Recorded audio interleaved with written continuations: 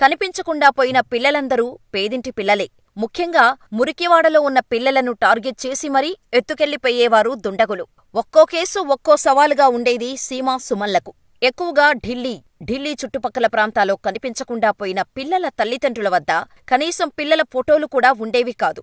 మా పిల్లలు ఇలా ఉంటారు అని పోలికలు చెప్పి ఎలాగైనా మా పిల్లల్ని కనిపెట్టాలంటూ సీమా సుమన్ల కాళ్లమీద పడేవారు. ఇంకొందరి దగ్గర పిల్లల ఫోటోలు ఉన్నా అవన్నీ ఔట్డేటెడ్ ఉండేవి. అంటే 12ఏళ్ల వయసులో పిల్లలు తప్పిపోతే 5ఏళ్లు ఉన్నప్పుడు తీసిన ఫోటోలే వారి తల్లిదండ్రుల దగ్గర ఉండేవి. ఇలాంటి ఎన్నో ప్రతికూల పరిస్థితుల్లోనే ఆపరేషన్ మిలాప్ తెరమీదకు వచ్చింది. ఈ ఆపరేషన్లో ఎంతోమంది పోలీసులు భాగమైనా సీమాదేవి, సుమన్ హుడాలు మాత్రం సవాలుగా తీసుకున్నారు. కనిపించకుండా పోయిన పిల్లలను ఎలాగైనా సరే తిరిగి తల్లిదండ్రులకు అప్పగించాలి అనేదే వాళ్ల టార్గెట్గా పెట్టుకున్నారు. కానీ అదెంత కష్టమో వారికి కూడా తెలుసు. అయినా సరే రంగంలోకి దిగారు. ప్రతి ఒక్క కేసును ప్రతిష్టాత్మకంగా తీసుకున్నారు. వాళ్ల ఆపరేషన్ ఢిల్లీలో మొదలుపెట్టి చిన్న చిన్న లీడ్స్తో ఉత్తరప్రదేశ్, బీహార్, హర్యానాలో ఊరూవాడా కూడా మిస్ చేయకుండా వెతికేవారు. ప్రేమ, పెళ్లి, ఉద్యోగం, ఆరోగ్యం ఏ సమస్యలైనా కేవలం మీ ఫోటో మరియు చేయి చూసి ఉచితంగా జ్యోతిష్యం చెప్పబడును. ఈ కింది నంబర్ను సంప్రదించండి.